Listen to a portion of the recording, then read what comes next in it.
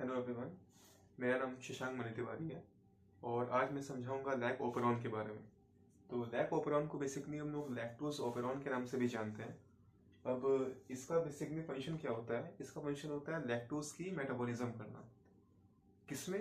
Prokaryotic cells में। Basically जो lac operon है या बेसिकली जो ओपेरॉन है वो प्रोकैरियोटिक सेल्स में ही पाए जाते हैं। तो अब ये लैक ओपेरॉन की ज़रूरत क्यों पड़ती है? ये तब पड़ती है जब ग्लूकोज उस मीडियम में या उस सराउंडिंग में प्रेजेंट ना हो, क्योंकि बेसिकली जो ग्लूकोज होता है वो एक तरह से एनर्जी सोर्स का काम करता है और अगर ग्लूकोज नहीं हो तो एनर्जी सोर्स कहाँ से आएगा? तो प्रोकैरियोट्स एक स्पेशल मैकेनिज्म को एक तरह से वो इन्वेंट किए हैं या वो डिस्कवर किए हैं जिसके ज़रिए वो एनर्जी को बनाते हैं from the synthesis of protein. अब इसको करने के लिए वो एक स्पेशल मैकेनिज्म का यूज करते हैं जिसको कि ओपेरॉन कहते हैं या लैक ओपेरॉन कहते हैं। बेसिकली लैक ओपेरॉन में लैक्टोज यूज होता है, इसीलिए इसको लैक ओपेरॉन कहा जाता है। ऐसे ही और भी ओपेरॉन्स होते हैं जैसे टीआरपी ओपेरॉन, ट्रिप्टोफैन ओपेरॉन, तो वो सब अलग अलग। आज हम लोग लैक ओपेरॉन के बारे में देखेंगे। तो the primary function is to utilise lactose as an energy source in absence of glucose. तो इसका प्राइमरी फंक्शन यही होता है कि वो बेसिकली लैक्टोज को यूज करके एनर्जी बनाए। कब? जब ग्लूकोज उस मीडियम में ना हो तब। अब लैक ओपेरॉन में बेसिकली 4 तरीके के जीन्स होते हैं: structural gene, operator gene, promoter gene and regulator gene. Structural gene का ही बेसिकली मेन काम होता है, वो होता है प्रोटीन को बनाना, जो डिफरेंट टाइप्स के प्रोटीन होते हैं उसको बनाना। तो ऑपरेटर जीन का काम क्या होता है? ऑपरेटर जीन बेसिकली एक तरह से बाइंडिंग साइट का काम करता है। किसके? रिप्रेसर के बाइंडिंग साइट का काम, जो कि हम लोग आगे चल के देखेंगे। प्रमोटर जीन का काम क्या होता है? ये basically RNA polymerase binding site है। यहीं पे आकर के आरएनए पॉलीमरेज जब बाइंड होगा तब जितने भी स्ट्रक्चरल जीन्स हैं या जो लैक ओपेरॉन के जीन्स हैं वो आपकी ट्रांसक्रिप्शन करेंगे और आगे चल करके ट्रांसलेशन से प्रोटीन बनाएंगे। तो बेसिकली ये प्रमोटर जो है वो आरएनए बाइंडिंग साइट का काम करता है। और जो फोर्थ है, जो मेन है, वो है रेगुलेटर जीन। रेगुलेटर जीन या लैक आई जीन। अब नाम से पता चल रहा है रेगुलेटर, यानी इसका काम क्या है? रेगुलेट करना। किसको? लैक ओपेरॉन को। अब कैसे करता है वो भी हम देख रहे हैं। दूसरी चीज क्या है? कंट्रोल से lac operon. Basically lac operon में 2 तरीके के कंट्रोल्स होते हैं, एक होता है पॉजिटिव कंट्रोल, एक होता है नेगेटिव कंट्रोल। बेसिकली ये बस नाम है, पॉजिटिव नेगेटिव है कुछ नहीं। एक का काम होता है ऑन, एक का काम होता है ऑफ। पॉजिटिव मतलब ओपेरॉन ऑन होना, नेगेटिव मतलब ओपेरॉन ऑफ होना या करना। तो सबसे पहले हम लोग नेगेटिव कंट्रोल के को देखेंगे जिसमें कि ओपेरॉन ऑफ हो जाता है। तो बेसिकली एक चीज हम लोग को जो सबसे अच्छी चीज समझने की इसमें ये है कि ये दोनों कंट्रोल्स हो क्यों रहे हैं और क्या इसमें मतलब बेसिकली ये हो रहा है तो इसके पीछे वजह क्या है। तो सबसे पहली वजह क्या है? ओपेरॉन के ऑन होने की। ओपेरॉन ऑन कब होगा? तो सबसे बड़ी बात, ओपेरॉन की जरूरत तब होगी जब मीडियम में ग्लूकोज ना हो तब। तो बेसिकली ओपेरॉन ऑन हो रहा है इसका मतलब ग्लूकोज नहीं है और लैक्टोज प्रेजेंट है। तो बेसिकली जब लैक्टोज प्रेजेंट होता है तब ओपेरॉन ऑन होता है और लैक्टोज एब्सेंट होता है तब ओपेरॉन ऑफ हो जाता है। दूसरे लैंग्वेज में कहें तो अगर ग्लूकोज प्रेजेंट है इसका मतलब ओपेरॉन की कोई जरूरत नहीं है, यानी अगर ग्लूकोज प्रेजेंट है तो ओपेरॉन ऑफ है, और अगर ग्लूकोज एब्सेंट है इसका मतलब ओपेरॉन ऑन है। सबसे पहले है नेगेटिव कंट्रोल। इसमें क्या होता है? इसमें जो ओपेरॉन होता है वो ऑफ हो जाता है। किसके जरिए ऑफ होता है?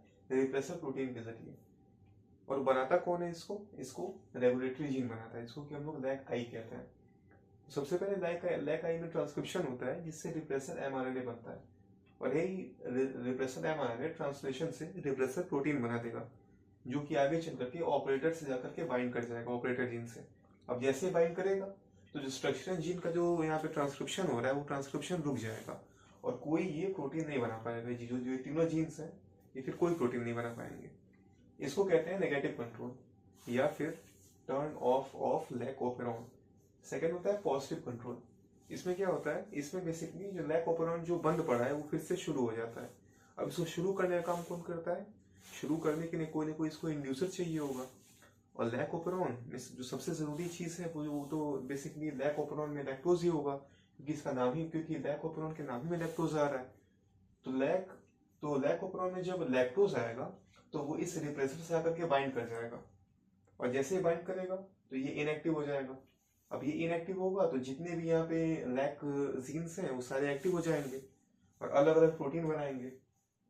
तो बेसिकली जो प्रोटीन बनाएंगे वो 3 तरीके के होंगे बीटा गैलेक्टोसिडेज, परमीएज और ट्रांस एसिटाइलेज। जो बीटा गैलेक्टोसिडेज का जो फंक्शन होगा वो क्या होगा, लैक्टोज को तोड़ करके ग्लूकोज और गैलेक्टोज बनाना। परमीएज का फंक्शन क्या है, परमीएज बेसिकली एक मेम्ब्रेन प्रोटीन है। अब मेम्ब्रेन प्रोटीन मतलब नाम ही से पता चल रहा है सेल मेम्ब्रेन पे होगा। इसका काम क्या होगा, डिफरेंट टाइप के जो आयंस हैं, ये जो डिफरेंट टाइप के मॉलिक्यूल्स हैं उनको सेल के अंदर लेके आना। दूसरा इसका फंक्शन क्या होगा, वो होगा transport of lactose into bacterial cell, यानी लैक्टोज को भी और ज्यादा से ज्यादा बैक्टीरियल सेल के अंदर लेके आना। तीसरा है ट्रांस एसिटाइलेज। इसका फंक्शन बेसिकली अभी उतना नोन नहीं हुआ है जितना इन दोनों का नोन हुआ है। तो हम लोगों ने पॉजिटिव कंट्रोल और नेगेटिव कंट्रोल देख लिया। एक चीज और जो यहाँ पे पॉजिटिव कंट्रोल में आती है वो आती है द रोल ऑफ CAMP और CAP कॉम्प्लेक्स। अब ये CAMP क्या है, साइक्लिक AMP, और कैप क्या है, कैटाबोलाइट एक्टिवेटर प्रोटीन। तो ये दोनों CAMP और CAP कॉम्प्लेक्स क्या करते हैं, ये जो ट्रांसक्रिप्शन हो रहा है इसकी स्पीड को और ज्यादा बढ़ा देते हैं। ये जो नॉर्मल ट्रांसक्रिप्शन जो होता है लैक जीन्स का, उसको ये कॉम्प्लेक्स मिलकर बढ़ा देगा। तो बेसिकली जब ओपरॉन जब ऑन होता है या जब लैक्टोज प्रेजेंट होता है, क्योंकि लैक्टोज के प्रेजेंस में ही तो ओपरॉन ऑन होगा, और दूसरी बात जब ग्लूकोज एब्सेंट होता है, ग्लूकोज एब्सेंट होगा तभी लैक ओपरॉन काम करेगा, लैक्टोज की जरूरत होगी। जब ग्लूकोज कम होता है तो साइक्लिक AMP का कॉन्सेंट्रेशन बढ़ जाता है।